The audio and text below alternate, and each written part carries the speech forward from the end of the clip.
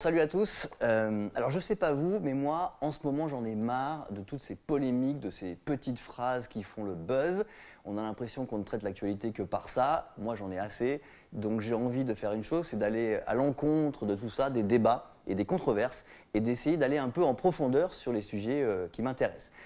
Donc par exemple c'est ce qu'on va essayer de faire aujourd'hui avec ce livre. Voilà, donc ça s'appelle Le Coran pour les nuls. C'est écrit par Tarek Obrou, que vous allez rencontrer dans quelques minutes.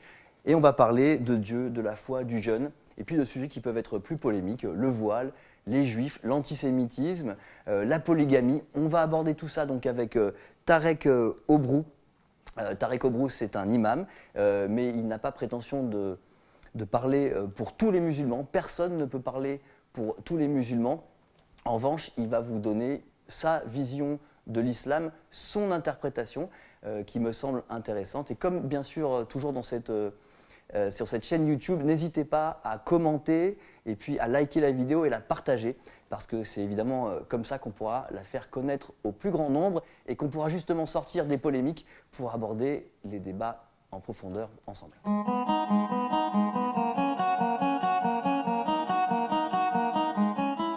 Qu'on ne sait pas forcément, quand on n'est pas musulman en tout cas, c'est que le Coran est la prolongation des textes juifs puis chrétiens. C'est une prolongation ou un achèvement, mais en tout cas, c'est certainement pas une religion qui est sortie de nulle part. Le Coran revendique cette filiation scripturaire. D'ailleurs, il tire sa légitimité de l'Ancien et du Nouveau Testament.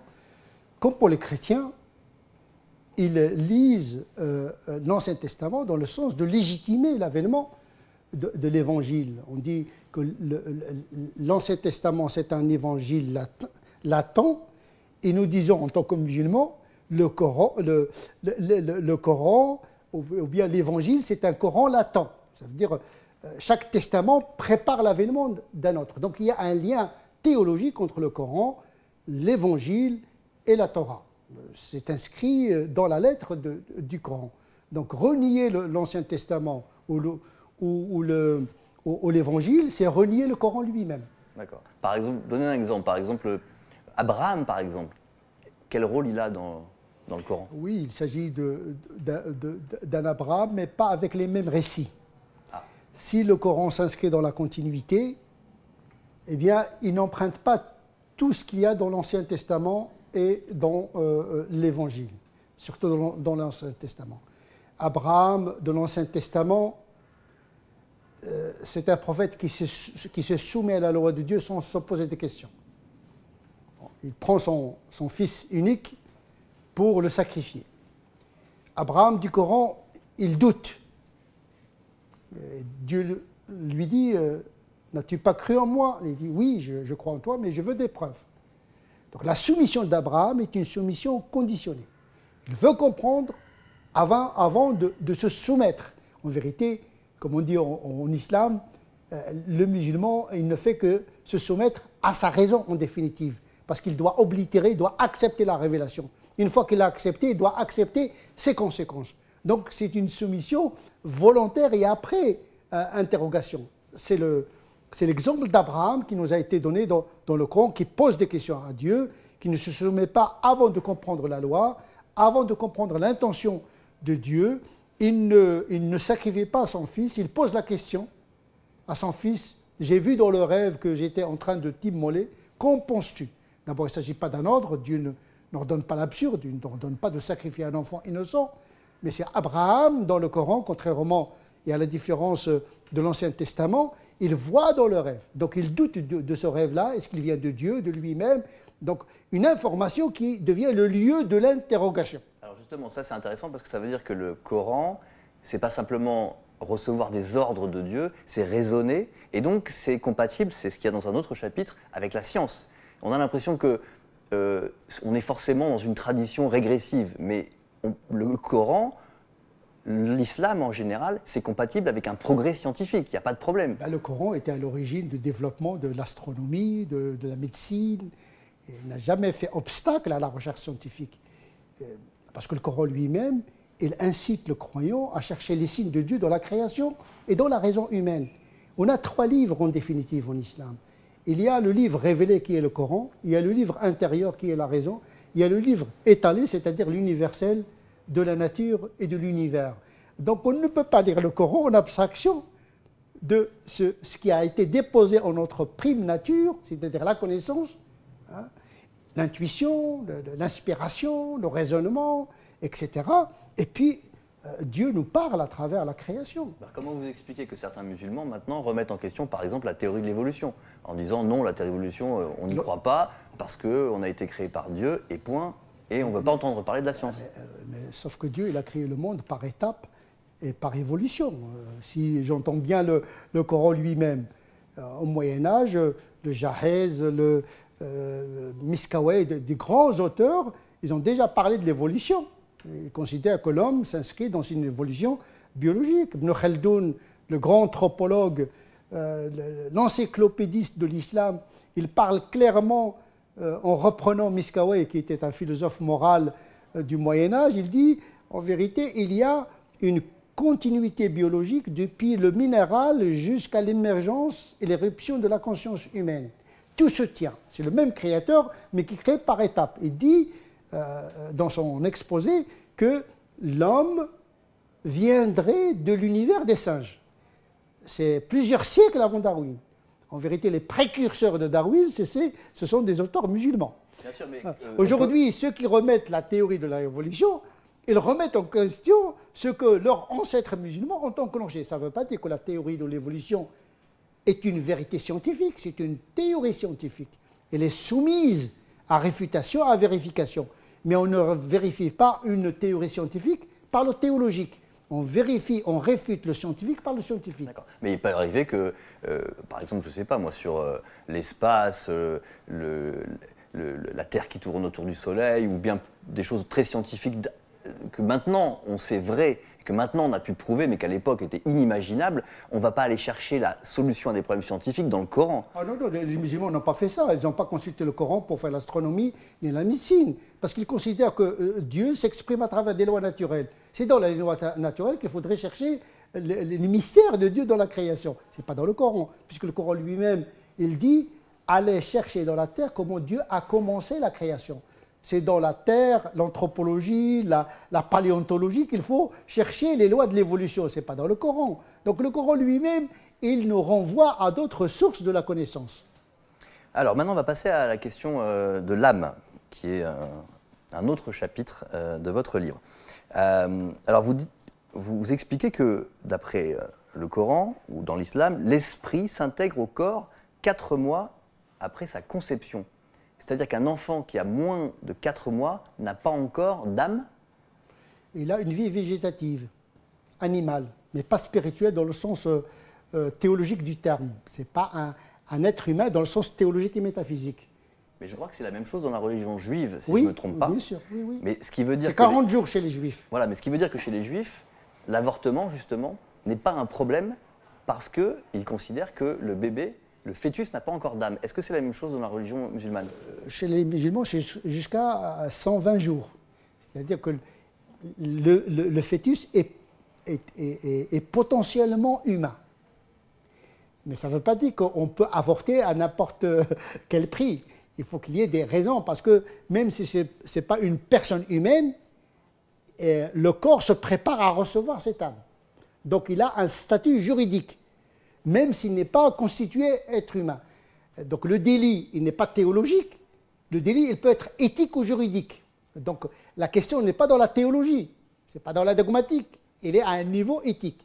Et puis à ce niveau-là, on a plusieurs droits musulmans, plusieurs éthiques musulmanes.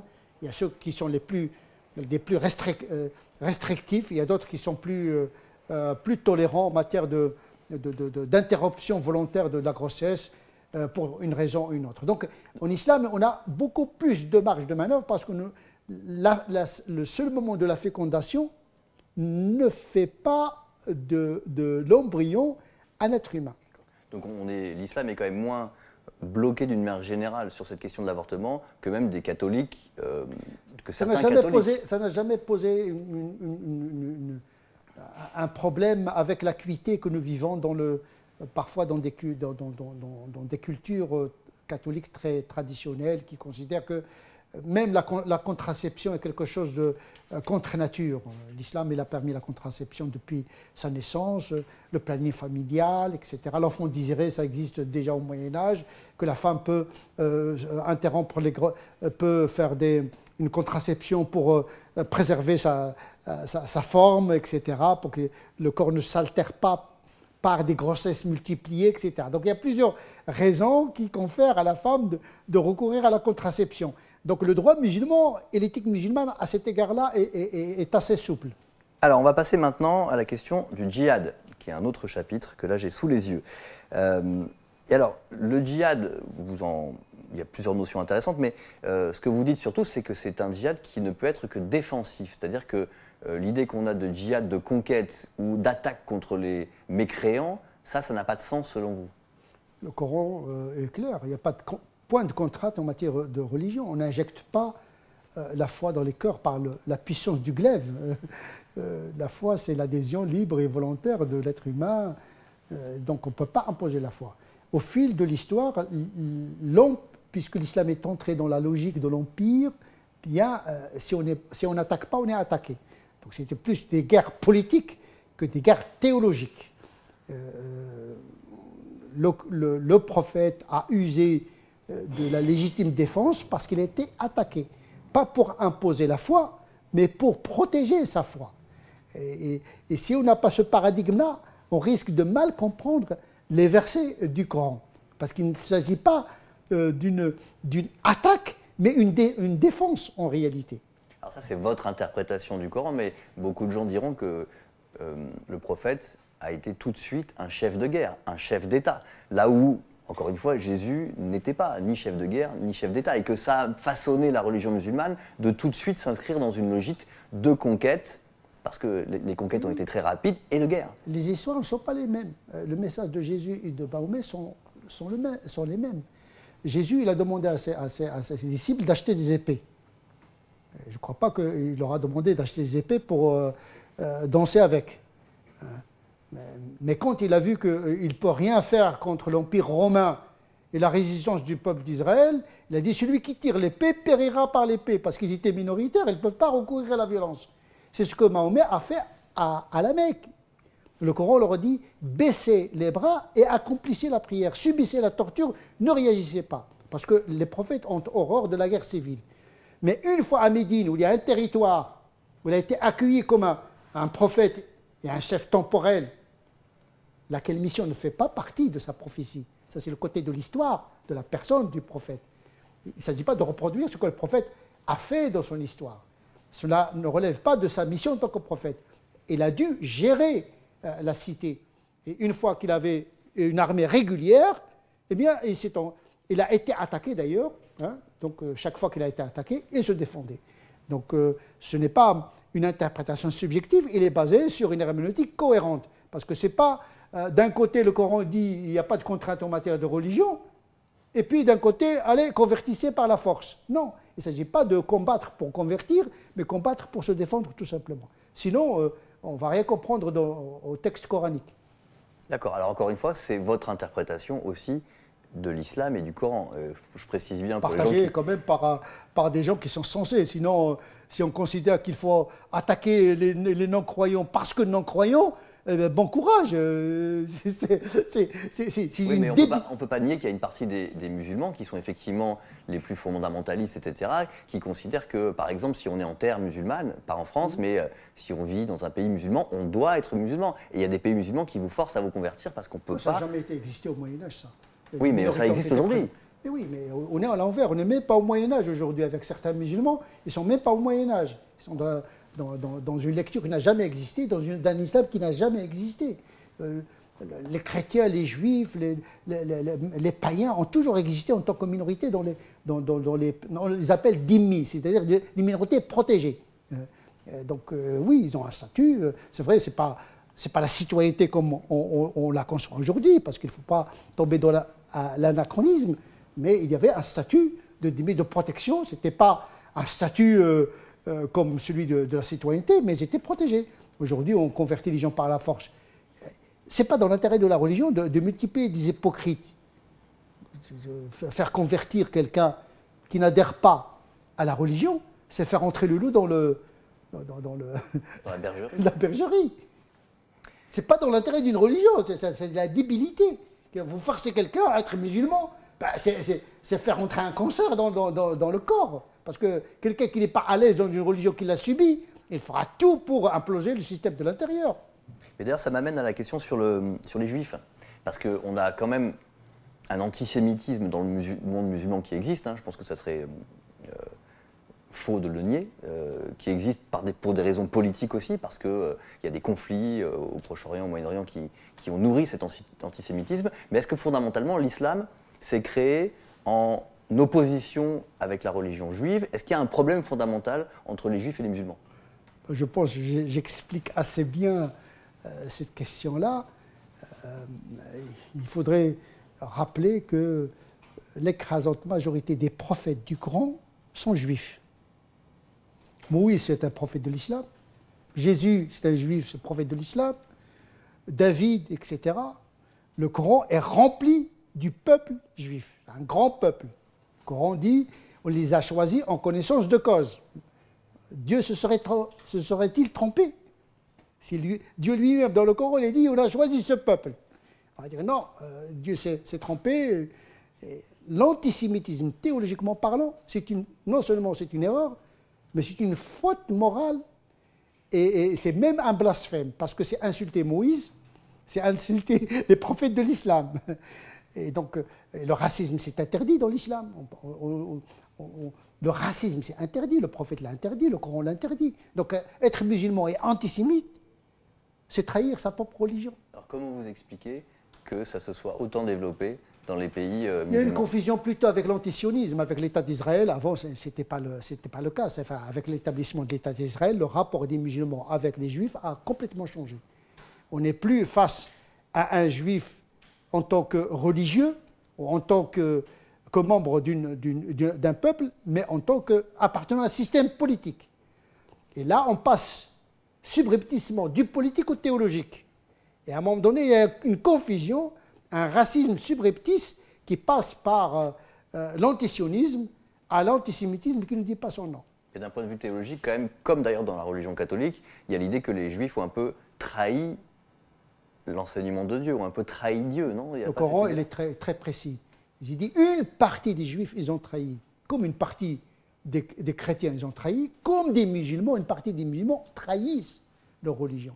La trahison de la religion, ce n'est pas le monopole du judaïsme ni du christianisme. C'est également, on le voit aujourd'hui, des gens qui tuent au nom de Dieu du Coran. Ce n'est pas une trahison. Ce sont eux les traîtres, les vrais. Mais oui, si le Coran met en garde contre la trahison, c'est pour avertir les musulmans de ne pas faire les mêmes erreurs. Mais le Coran n'essentialise pas le peuple d'Israël. Et d'ailleurs, juste une note que j'avais trouvée intéressante, moi je ne le savais pas, mais c'est que le jeûne du Ramadan, c'est un hommage finalement aux Juifs, non? Ce n'est pas le jeûne du mois de Ramadan, c'est un jeûne canonique important. C'est quel jeûne? C'est le premier jeûne de l'année musulmane. D'accord. Les musulmans jeûnent le Ashura, l'équivalent de Pessah, où Dieu a sauvé le peuple d'Israël. Donc les musulmans, ils jeûnent ce jour-là. Ils ne jeûnent pas la migration, le jour où Dieu a sauvé Mahomet des Mécois, mais ils jeûnent le jour où Dieu a sauvé Moïse du Pharaon. Pour dire qu'il y a un lien organique entre les deux. Alors, on va passer aux femmes. Alors, vous dites quelque chose qui peut paraître étonnant, c'est que finalement, on a l'image de la religion musulmane comme plus dure et plus... avec une distinction plus forte entre hommes et femmes, avec une domination plus forte de l'homme sur la femme. Or, vous dites que, au contraire, à l'origine, dans la religion chrétienne, Ève a été fautive, Ève a été punie, et Ève est différente d'Adam fondamentalement. Il n'y a pas ça dans l'islam.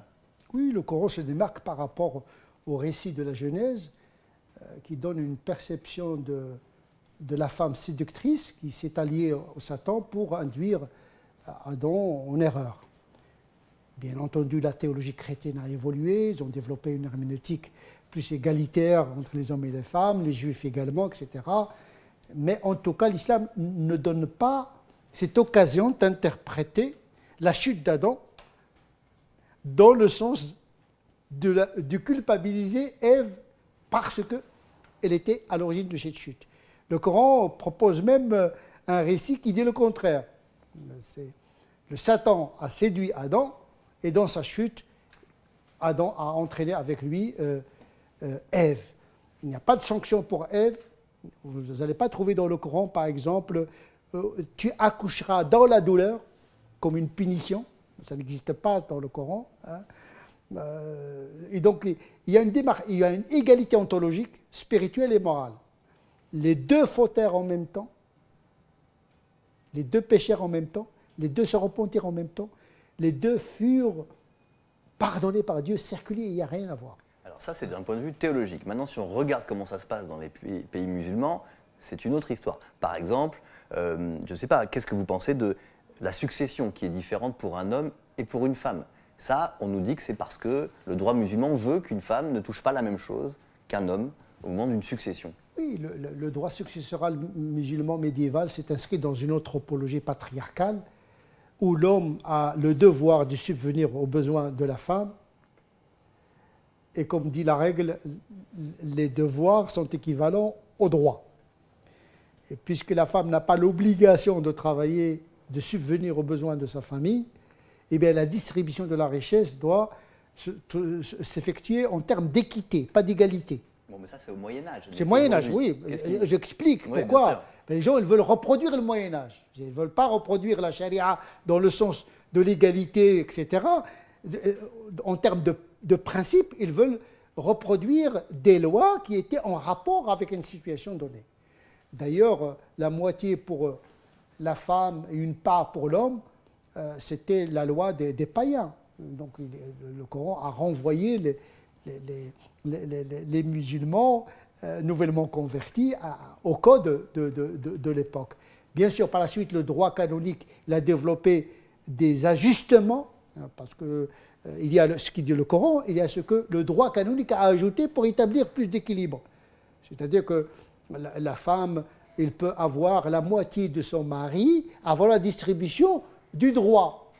Donc, ces dispositions n'existent pas dans le Coran. Mais est-ce que ça peut encore changer? Parce que, Ah oui, bien sûr, bien sûr. Par exemple, en Tunisie, c'est un débat. Est-ce qu'une femme peut recevoir la même part que l'homme? Est-ce que ça serait anti-islamique de dire qu'une femme a droit à la même succession qu'un homme? Bien sûr, s'il a les mêmes devoirs, il a les mêmes droits. Et oui, si la femme travaille, s'il ne vit pas sous la charge de son mari, parce que dans cette logique, une part pour l'homme, une moitié pour la femme, à condition que le frère prenne en charge sa sœur, ce qui n'est pas le cas dans les pays musulmans. Donc il prend le double de sa part, mais il ne subvient pas à ses besoins. C'est une injustice. D'accord, en fait on reprend les principes du Moyen-Âge, sauf qu'on ne prend que la partie qui nous intéresse. Ça reste du patriarcat. Mais attention, les femmes aussi, ils ont développé une stratégie. Par exemple, une femme qui travaille, une musulmane qui travaille, il met son salaire dans sa poche, il ne contribue pas aux charges de la famille. Ça arrive beaucoup, ça? Ah, il dit, je ne suis pas obligé. Ce sont les hommes qui doivent... C'est un cas de figure classique? Oui, ça n'existe pas. Mais théoriquement, la femme, elle peut revendiquer, non? Oui, je prends mon salaire, etc. Mais dans la société actuelle, j'ai jamais entendu une musulmane qui expliquait qu'avec son mari, elle donnait son salaire, elle le gardait, et c'est le mari qui... Il y a des conflits comme ça. Moi, ça existe, ça? Ah, oui, j'ai résolu ça. Non, oui. C'est-à-dire, le Coran, il est pris en otage. C'est-à-dire, chacun, il tire. En vérité, c'est pas... Les gens sont dans l'instinct de l'intérêt qui guide les choix canoniques des gens. Il ne faut pas croire que les gens, ils ont une intelligence du droit canonique, etc. Non, les gens sont dans des postures. Même les gens qui font le djihad, en vérité, ce n'est pas pour Dieu. Hein. Ils le font pour des vengeances, pour la haine, pour d'autres raisons qui n'ont rien à voir avec l'éthique universelle. Donc effectivement, il y a une partie du psychologie qui explique l'orientation d'un certain nombre de musulmans quant à un choix ou tel, quant au choix qu'ils optent concernant par exemple l'héritage. C'est un débat aujourd'hui au Maroc également sur le changement de ce droit-là. Je contribue d'ici de la France à ce débat-là et je défends cette égalité qui va dans le sens de la distribution équitable Si on continue sur les femmes, par exemple, toujours cette question du voile. Quelle est votre position? Est-ce que c'est obligatoire, pas obligatoire? D'abord, la question du voile, c'est un terme piège, parce que le Coran, quand il parle du voilage, il parle des épouses du prophète qui doivent être séparées. Un voile, il cache totalement la femme, c'est-à-dire elle ne sort pas. Mais on parle des épouses du prophète. Ah, des épouses. Le hijab, en tant que voilage, il ne concerne que les épouses du prophète. Les hommes n'avaient pas le droit d'avoir un contact direct avec les épouses du prophète, si ce n'est qu'à travers un rideau, un voilage. Et même cela, et même cette injonction n'a pas été prise en compte à la lettre, par exemple, par Aïcha, qui est sortie et qui a conduit une guerre, qui était chef de guerre. Il n'est pas resté à la maison, alors que le verset lui dit « vous devez rester à la maison ». Mais tout impératif n'implique pas une obligation. Il y a ce qu'on appelle le khimar, c'est la couverture des cheveux. Il n'a pas demandé aux femmes de couvrir les cheveux parce qu'ils étaient déjà couvertes. Il a demandé de rabattre ce qui pendait de ce foulard sur la poitrine. Donc il a approuvé le khimar, le couvre-chef, et il a ordonné de cacher les poitrines. Et puis il y a le jilbab, c'est un habit que la femme met pour sortir dehors. Donc en vérité, les vêtements, ça relève des cultures. Ça ne relève pas du culte, ça relève de l'éthique et de la culture. On en a fait l'alpha et l'oméga de la pratique féminine. Alors du coup, pour les musulmanes de France, là, il y a une polémique en ce moment sur le voile, mais elle est récurrente, c'est tout le temps. On se focalise sur le voile quand on parle d'islam. Les femmes qui portent le voile en France, ça serait quoi votre message par rapport à elles? C'est dire, bon, le voile, c'est finalement pas si important que ça. Si vous voulez l'enlever, enlevez-le. Ou ça serait au contraire, si vous avez envie de le garder, c'est important, il faut que vous teniez bon. Ou les deux d'ailleurs. Oui, tout d'abord, on est dans un pays libre où les gens sont libres de s'habiller comme ils veulent. Ils veulent mettre des babouches, ils mettent des babouches, ils veulent mettre, etc.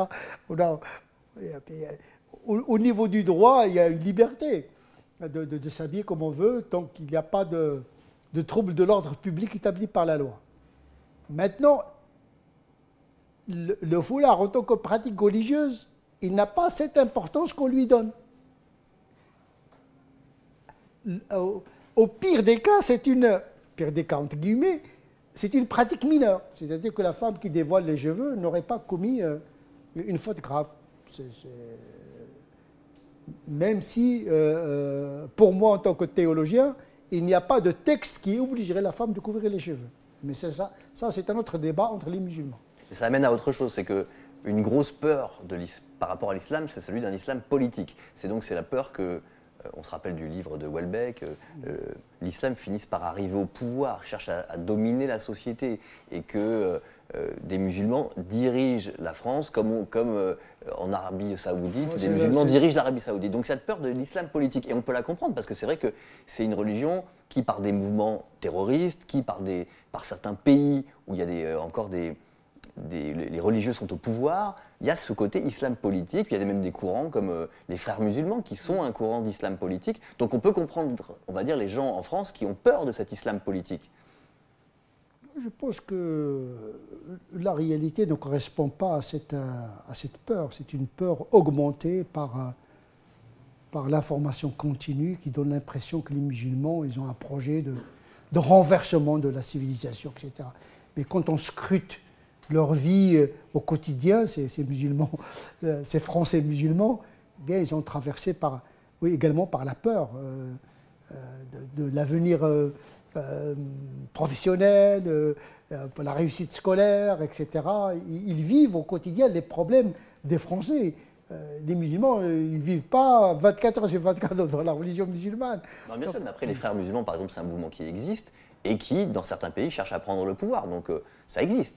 Mais pour l'instant, il n'a pas pris le pouvoir. En France, non, même dans les pays musulmans, vous savez, les pays pendant un moment, en Égypte, ils avaient pris le pouvoir. Après, Oui, mais ça c'est un autre problème, parce que la démocratie, il faut qu'elle accepte le jeu de la démocratie. C'est chaque fois qu'il y a une partie une partie de la population qui prend le pouvoir, on fait un coup d'État, ça dope encore l'intégrisme, le terrorisme, etc. etc. D'accord, là on est sur l'égide. Mais admettons en France, s'il y avait un courant musulman en France qui prenait de l'ampleur, donc les frères musulmans, qui chercheraient à se présenter aux élections pour diriger la France. Vous, ça vous ferait peur ou pas? Pour l'instant, ce ne sont pas les frères musulmans, à supposer qu'ils existent tels qu'on les conçoit. Ce ne sont pas eux qui ont créé un parti politique, c'est les démocrates musulmans qui n'ont rien à voir d'ailleurs avec les frères musulmans. Et donc, il y a des partis religieux en France, démocrates chrétiens, etc. L'essentiel, c'est de juger les gens à travers leurs actes et leurs paroles. Nous avons une constitution, nous avons un droit, nous avons des valeurs, il faut les appliquer sans concession. Voilà. Mais est-ce que vous, par exemple, vous accepteriez, vous pourriez voter pour un parti Jamais, qui se réclame de l'islam? Non, non, je combats toute implication de l'islam dans un projet politique. Parce que l'islam n'est pas venu pour régler des problèmes politiques. C'est à l'homme, aux citoyens de chercher à résoudre le problème. Ce n'est pas avec des coups de versets et des coups de hadith du prophète qu'on va régler les problèmes économiques et politiques et les problèmes sociétaux que nous traversons. Donc, en tant que citoyen, le musulman, il participe au destin de son pays à partir des valeurs de la République, à partir des valeurs de notre pays. On va passer à Mahomet, qui est un autre chapitre de votre livre. Moi, ce qui m'a intéressé, c'est que finalement, la vie de Mahomet est un modèle pour les musulmans, mais finalement pas tout. Par exemple, la polygamie, Mahomet était polygame, mais on n'est pas tous obligés d'être polygames parce que Mahomet était polygame. Donc, comment on peut expliquer que Mahomet est un modèle pour les musulmans et qu'en même temps, on n'est pas obligé de respecter tout ce qu'il fait? Je dis on, d'ailleurs pas moi, les musulmans. Il faut distinguer deux notions. Se référer au prophète ne veut pas dire s'identifier au prophète. Se référer au prophète, c'est une opération intellectuelle. Se référer au prophète à partir de ce que je suis, à partir de mon contexte. Le prophète était un homme de son temps, et dans la culture du temps, et donc il a pris en considération ce qui ne choquait pas à l'époque. Ce n'était pas choquant à l'époque. C'est une culture répandue. Aujourd'hui, je suis dans un autre monde.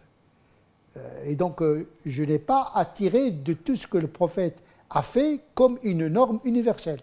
On n'a pas le droit d'universaliser tout ce qu'il y a dans les textes.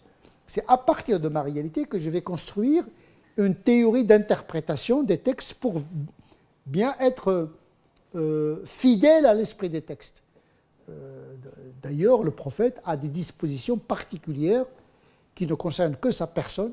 D'ailleurs, il s'est marié avec 9 femmes, ce qui était même interdit à son époque, parce qu'il avait une disposition particulière, parce qu'il voulait unir les tribus par des alliances, etc., etc., selon les codes tribaux de cette époque-là. Donc, il a usé des modes de relations de cette époque-là.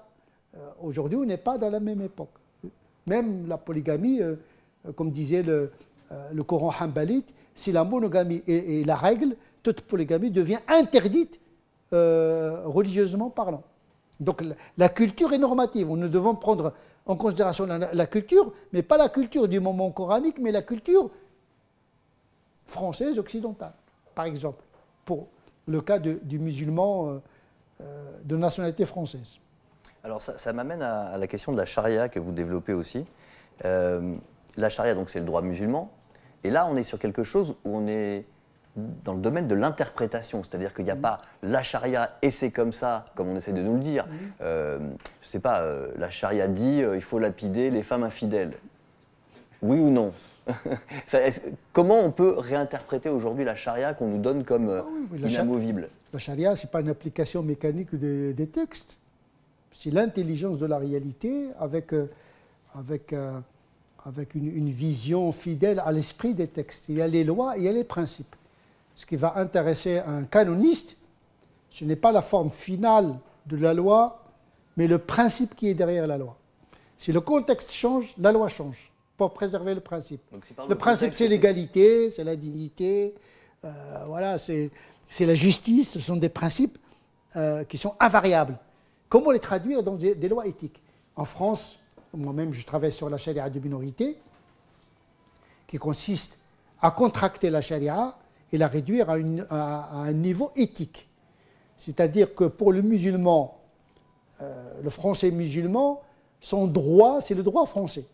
C'est au sein de ce droit français qui est commun à tous les citoyens qu'il va opérer des choix éthiques à une condition de ne pas troubler l'ordre public établi par la loi. C'est ça la charia du musulman en France.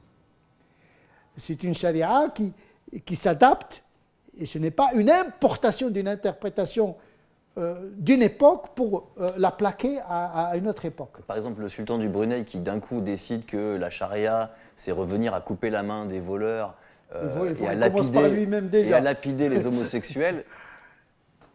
Même au Moyen-Âge, ça n'a pas existé. Les homosexuels vivaient tranquillement au Moyen-Âge. On a des poésies homosexuelles, on a des littératures homosexuelles. Ces gens-là ne sont même pas au Moyen-Âge. Alors pourtant, ça, on entend beaucoup que, mais pas que dans l'islam, mais que dans les religions, l'homosexualité, c'est condamné, c'est condamnable. Mais c'est pas une option éthique, c'est pas une option éthique des religions. Mais ils ne tombent pas sous le coup du droit. L'éthique, c'est une chose. Et l'application du droit, c'en est une autre. Ah, je comprends bien. C'est pas bien d'être homosexuel, mais c'est pas condamnable. Non, c'est pas une option éthique. C'est-à-dire qu'en islam, éthiquement, c'est l'altérité, c'est l'hétérosexualité qui est la règle. Mais un musulman, il peut être homosexuel, c'est pas pour autant qu'il n'est plus musulman. C'est la règle, mais on peut s'affranchir de la règle. Mais ça ne fait pas sortir le musulman de l'univers, parce qu'il peut être homosexuel et pratiquant.